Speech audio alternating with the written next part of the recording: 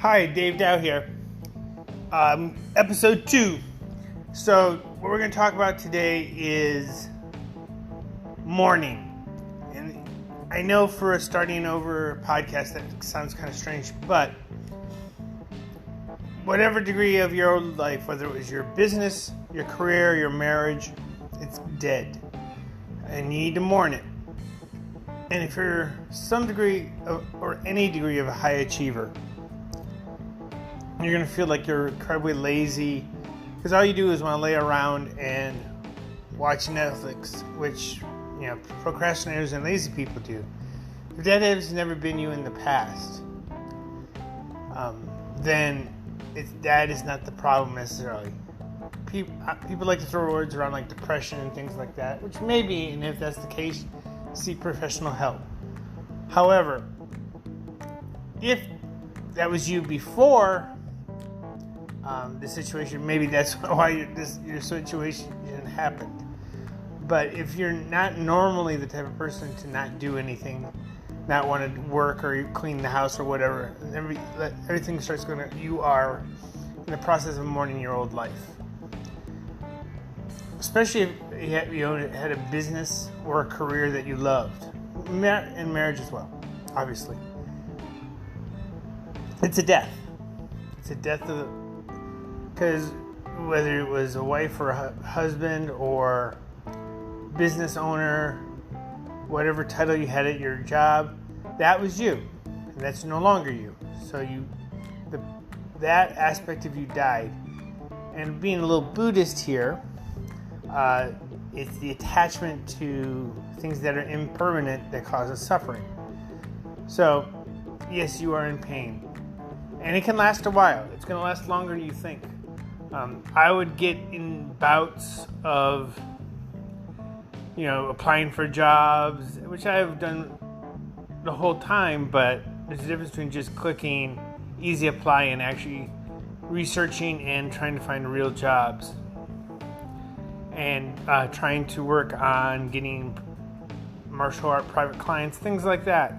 There'd be bouts where I would sit down and do it, and then suddenly a week or two later, I'd have no energy, and I wasn't sick, but I felt like, when you have the flu, you just don't want to get out of bed. So I had that on and off for at least 6 months, and I once in a while still have it. 19 years of my dream business. That's a huge loss. I think I've finally turned the corner, and it's been a year. And I'm not saying I haven't done anything in that time. I'm working that crappy job and also doing delivery. I'm making money, but I'm also getting help too. So it's not ideal. It's not sustainable. But so you're going to go through that. You're going to go through a mourning period. Now, you try to push yourself as best out of it. Use friends and family to lean on for help. If you need to talk to a therapist, do so. Religious counselor, you're going to need that.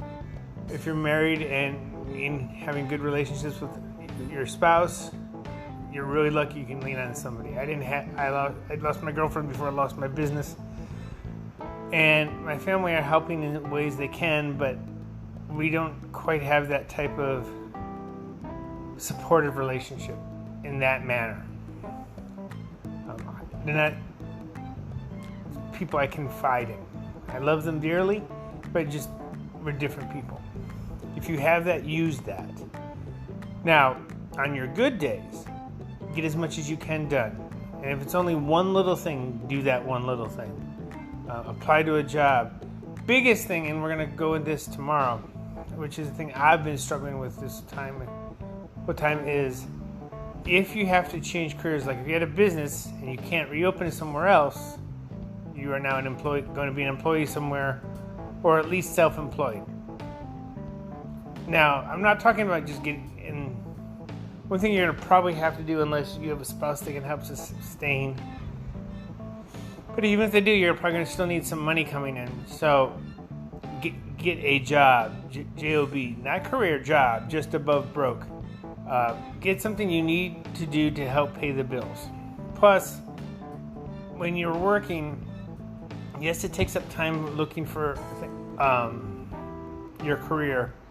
But when people are active, they do feel better about themselves when you're bringing money in. Especially if you always have been a big breadwinner and suddenly you're not.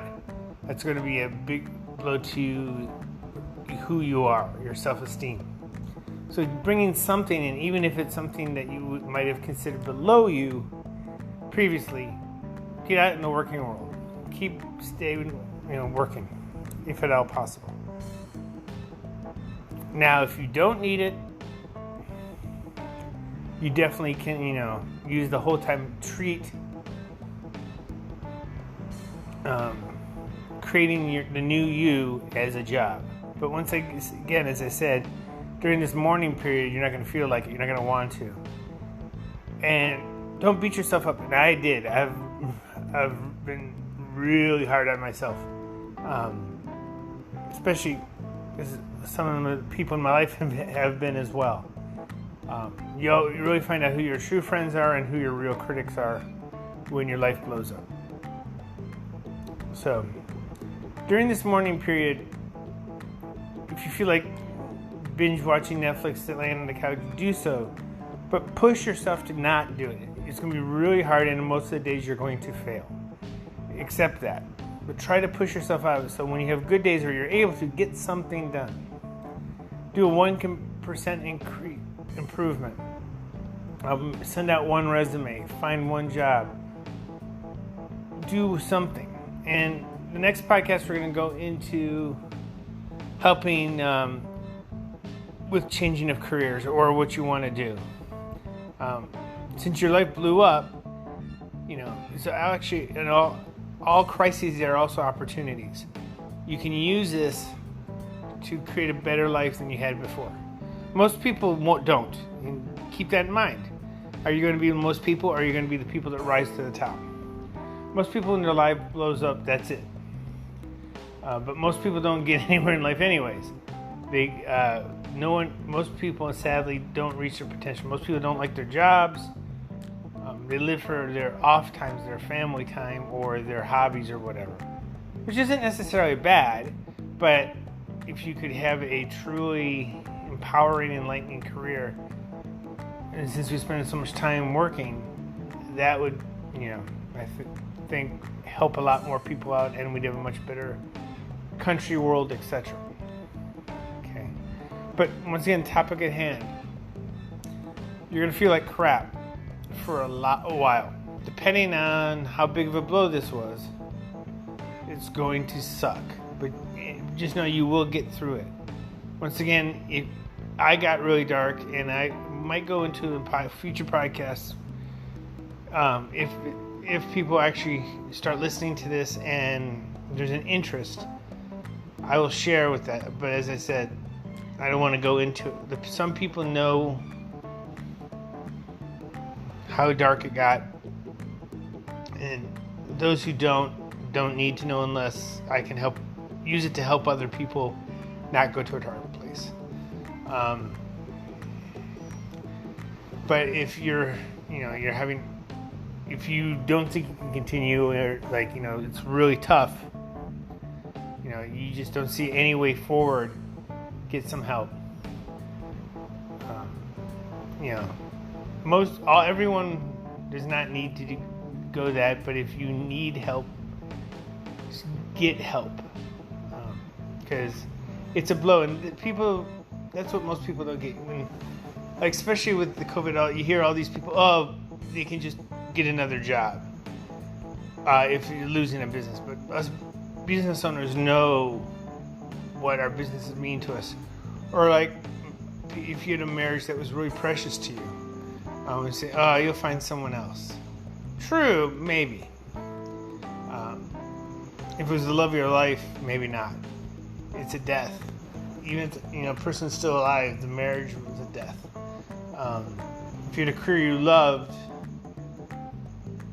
and or worked at a company you loved, and you can't do that career anymore, that's a death. Now, if you could go through certain rituals and actually do a funeral for your past life if you want to, if it helps you. there's many ways to get over it, but the way to get through it is to get through it. I tried to deny it and power through, which I think probably is part of the reason that I extended how long it lasted, because I was in denial that I was in a mourning period.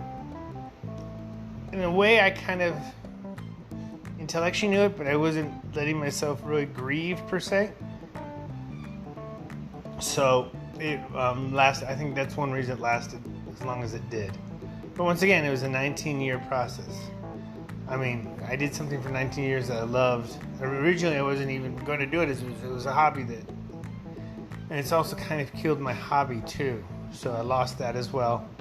All my friends and business associates my whole world was connected to that. So like if you're in a marriage and all the friends, a lot of times you lose all your friends because, they don't want to take sides. Or they were his or her friends and they go back to that person. So however long the grieving process takes, really feel it and experience it. Get in that pain. Don't hide from it. For, as I said, like in my case, it lasted 6 months because of that. And I still have ramifications from it, now.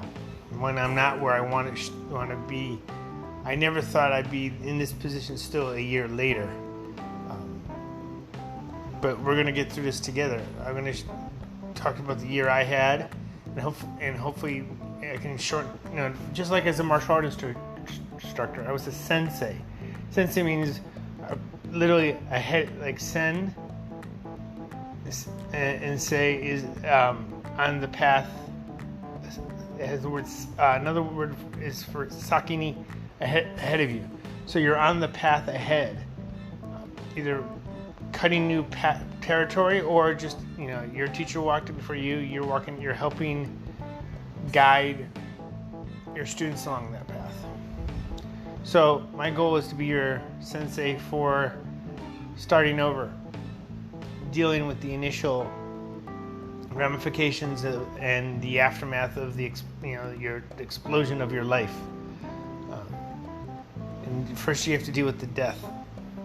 So that's stage one. Lean to that grief, but good days, get stuff done. That's the best advice I can do. Is if you only have one good day a month, do something that day. And I don't mean like go out to a spa or something. I mean, next few podcasts we're going to be getting into, besides, I'm going to try to label these also as starting over or martial art musings, things like that. So those who are interested in all of the martial arts part can ignore it, and those who only want to do that can listen to that. But for the ones I'm just starting over, I'm going to be getting into what you should be doing to recreate your new life.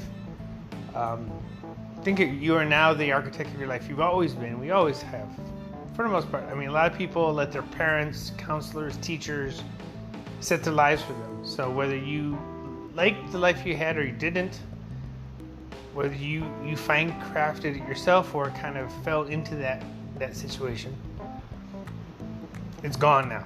Now you have to recreate it, especially if you're older like I am. All the helping things you got from like school counselors, all that type of stuff. More professional friends, like friends of your parents, whatever. Like my parents are way into retirement in their 80s, so they don't know people in business anymore. So when you're younger, they might be able to introduce you and help you get a leg up. If you're older like me, that ain't the situation anymore. It's all on you. I mean, you may have some friends and family that might be able to help. And if you do, awesome. Networking is still the best option. But in the next few podcasts, we're going to get into the process of recreating your life. And as I said, use all the people you can. I was had a council of elders of like my students that I formed last year on my birthday. and I did nothing with it. And I haven't been because of that. I don't really have that resource anymore. So use what you've got. Don't let those slip. It's really easy when you feel like crap and you want to just close the shades, turn off the lights, and lay in bed. It's easy to lose your support, but don't. Keep those people let them help you out, and you need. And in general, even like when you're not going through this, we more need, a lot of us, like kind of a mastermind group. Unfortunately, nowadays, that's become a tagline for a really expensive business group. We're paying $1,500 a month to hash things out with somebody. But the true idea that Rockefeller had come up with in Think and Grow Rich was a group of like-minded individuals of the same level of success, bouncing ideas off each other to help themselves become even more successful. We need that more in life, having a group of people. I mean, there's all these Facebook groups and things like that. I don't know how helpful they are. Most groups just tend to bitch about different things, as opposed to really helping each other and giving each other great ideas. And I think in person, given COVID has made that tougher, but once it's easier to move about, I really think we need to get together as people and help each other out, bounce ideas off each other. We really need to counsel each other, like a tribe, like in the old tribe, the elders of a tribe. So, use your support staff. The grieving process is going to suck, but realize you had a death. So, that's kind of the theme for this podcast. If this is useful, please share it with somebody else who can use it. Subscribe. Help me grow this podcast, because I really want to use it to help people. As time gets on, hopefully there'll be tons of information I can share with you and anybody who needs it, because it's going to take a while for a lot of people to get back to work. And even a lot of times there's a difference between having a job and a career that you love or a life's passion, which we should all strive for. And hopefully with this podcast, we can all get where we want to be and have the life we want. So until next podcast, be kind to yourself and let's make a better life.